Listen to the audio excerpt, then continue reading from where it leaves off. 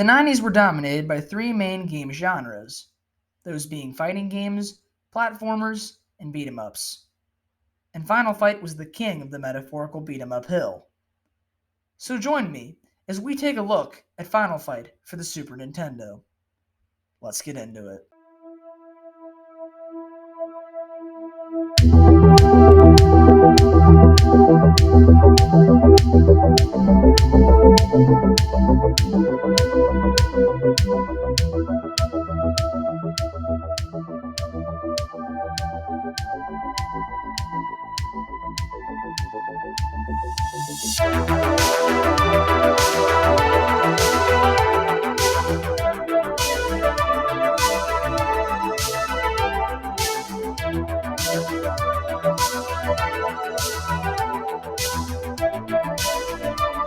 Final Fight is a beat 'em up that was developed and published by Capcom and released across multiple regions for the Super Nintendo throughout 1990 to 1992.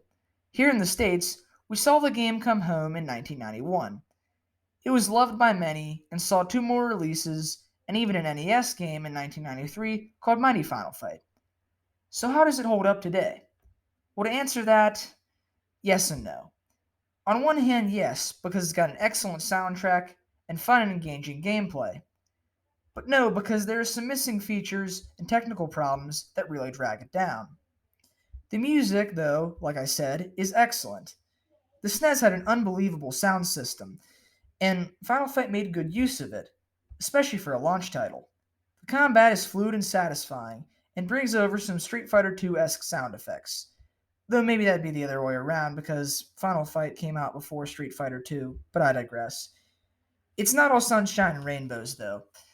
The game is missing Guy. They tried to fix this by releasing Final Fight Guy, but that was a Blockbuster exclusive, and it got rid of Cody for Guy. So not much better, at least in my book.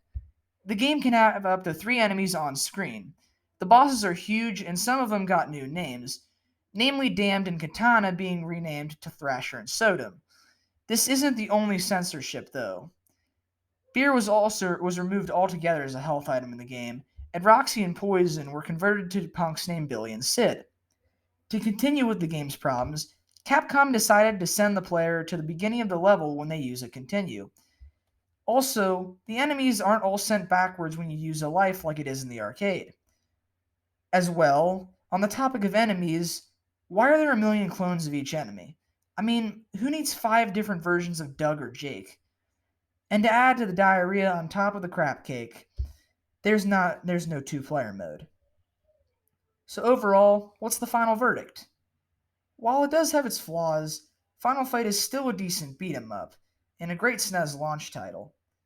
So out of 5 tokens, which is the system we use to rate games, we give it a solid 3.5. Well, this has been Game Reviewz. I hope you have a great rest of your day, and thank you for watching.